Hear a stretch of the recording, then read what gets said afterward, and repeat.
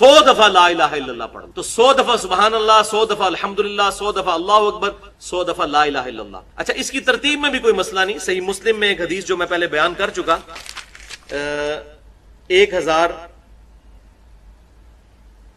5601 کہ آپ صلی اللہ علیہ وسلم نے فرمایا کہ اللہ تعالیٰ کو یہ 4 کلمات محبوب ترین ہیں، اس میں آگے الفاظ ہیں چاہے ان کو آگے پیچھے کر کے بھی پڑھ لو، اس کا ثواب اسی طرح رہے گا۔ یعنی یہ ترتیب ضروری نہیں ہے کہ آپ نے پہلے سبحان اللہ ہی پڑھنا ہے، پھر الحمدللہ پڑھنا ہے، پھر لا الہ الا اللہ یا اللہ اکبر۔ یہ ترتیب کسی بھی ترتیب سے پڑھو تمہیں نقصان نہیں دیں گے۔ یہ صحیح مسلم 5601 نمبر حدیث میں موجود ہے۔ البتہ جو سنت طریقہ ہے وہ یہی ہے کہ تسبیحات کو ہم جب صلاۃ التسبیح میں پڑھیں گے تو سبحان اللہ والحمدللہ ولا الہ الا اللہ واللہ اکبر پڑھیں گے۔ اب ان تسبیحات کو یاد کرنا بھی کوئی مشکل نہیں، تسبیحات فاطمہ سب کو آتی ہیں، 33 دفعہ ہم سب پڑھتے ہیں، بس صرف ایک ایک واو لگانی ہے بیچ میں، سبحان اللہ والحمدللہ، اور لا الہ الا اللہ پہلے آ جائے گا، ولا الہ الا اللہ واللہ اکبر۔ لا الہ الا اللہ ہمارا بیسک کلمہ ہے۔ تو یہ 4 کلمات ہیں جو آپ پڑھ لیں گے تو صلاۃ التسبیح کے اندر آپ کو اذکار اویلیبل ہوں گے۔ اب آتے ہیں صلاۃ التسبیح کی طرف۔ ایک دفعہ شوق اور محبت کے ساتھ دروشی پڑھ لیجئے۔ اللہم صلی علی محمد وعلی آل محمد کما صلیت علی ابراہیم وعلی آل ابراہیم انک حمید مجید۔ اللہم بارک علی محمد وعلی آل محمد کما بارکت علی ابراہیم وعلی آل ابراہیم انک حمید مجید۔ بھائیو، صلاۃ التسبیح اہل سنت کی بڑی بڑی 4 کتب کے اندر صحیح سند کے ساتھ موجود ہے۔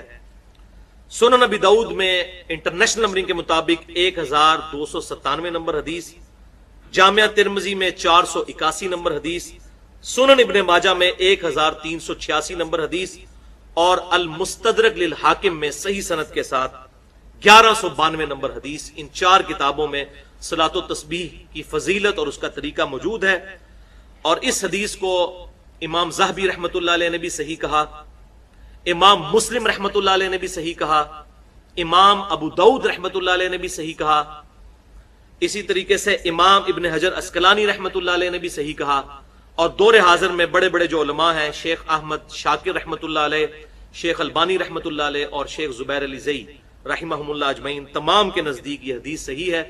اور آپ حیران ہوں گے، یہ ان چند احادیث میں سے ہے جن احادیث کے دفاع پر محدثین نے پوری پوری کتابیں لکھی ہیں، کیونکہ کچھ لوگوں کو یہ حدیث ہضم نہیں ہوئی کہ اتنی بڑی فضیلت کیسے ہو سکتی ہے ایک نماز کی، اور میں سمجھتا ہوں ہو سکتی ہے، یہ نماز شیطان پڑھنے ہی نہیں دیتا۔ تو کچھ لوگوں نے اس پہ جرح کی تو محدثین نے مستقل کتابیں لکھی اس حدیث کے دفاع پر۔ لہذا الحمدللہ اہل سنت کے تمام محدثین کا، جو بڑے بڑے محدثین ہیں ہمارے اسلاف، ان کا اس پر اتفاق ہے کہ حدیث بالکل صحیح سند کے ساتھ موجود ہے۔